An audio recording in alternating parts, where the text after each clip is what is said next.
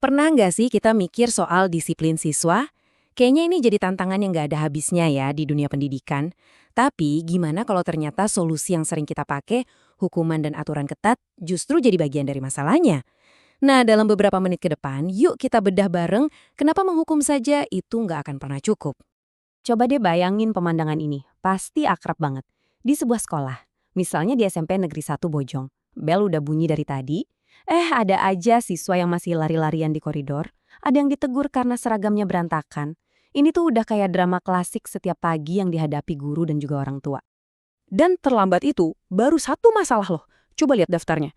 Seragam gak rapi, bikin ribut di kelas, bolos, tugas gak dikerjain. Banyak banget. Nah, refleks pertama kita sebagai orang dewasa apa coba?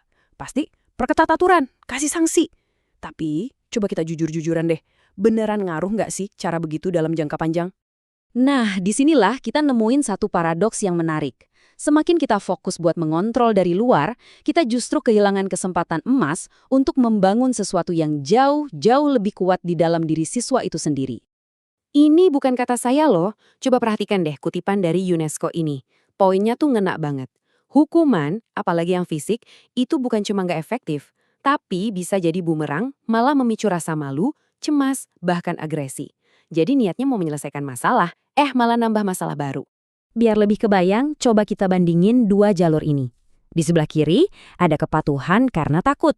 Sifatnya, ya cuma sementara. Butuh diawasin terus-terusan, begitu kita lengah, ya udah balik lagi.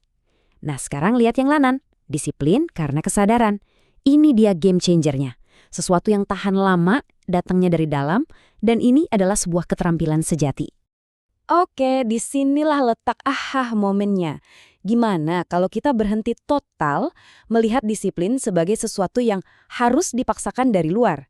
Dan kita mulai melihatnya sebagai sebuah keterampilan internal, sesuatu yang bisa dan memang seharusnya kita ajarkan. Ada nih konsep keren namanya disiplin positif, yang idenya dikembangin sama para ahli kayak Nelson, Lott, dan Glenn. Tapi jangan salah sangka dulu ya, ini bukan berarti kita jadi lembek atau ngebebasin siswa gitu aja, bukan. Justru sebaliknya, ini tentang memberdayakan mereka biar paham kalau setiap pilihan itu ada konsekuensi logisnya. Tujuannya satu, membangun kontrol dari dalam diri mereka sendiri. Terus, gimana cara bangunnya? Kuncinya ada di 3 persepsi ini kalau kita lihat dari sudut pandang siswanya. Pertama, keyakinan kalau saya mampu. Saya bisa kok ngatur tanggung jawab saya. Kedua, perasaan kalau saya berkontribusi. Kehadiran saya di sekolah ini tuh penting dan ada artinya.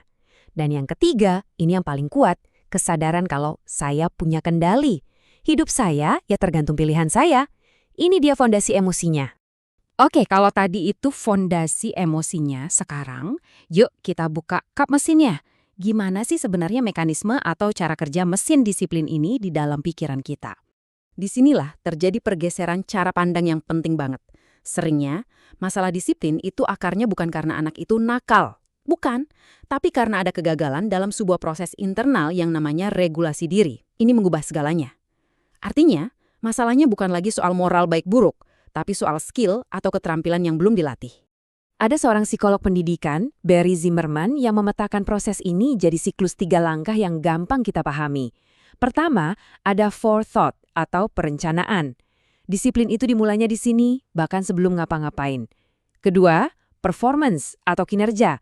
Nah, disinilah tahap eksekusinya, di mana kontrol diri jadi kunci. Dan ketiga, yang sering banget kelewat, self-reflection atau refleksi diri. Momen buat ngaca, evaluasi, biar besok bisa lebih baik. Kalau salah satu aja gak jalan, siklusnya pasti macet. Kalau siklus tadi berhasil jalan, hasilnya itu sebuah transformasi besar. Siswa bukan lagi jadi objek pasif yang cuma menuruti aturan. Mereka jadi subjek atau seperti yang tertulis di sini, agen aktif. Mereka jadi sutradara buat pikiran, perasaan, dan tindakan mereka sendiri. Inilah tujuan sejati dari pendidikan karakter. Oke, teorinya udah dapet. Sekarang, mari kita tarik ini ke dunia nyata dan lihat kenapa ini jadi penting banget di satu jenjang usia yang sangat spesifik. Kelas 7. Wah, ini adalah fase transisi yang gede banget.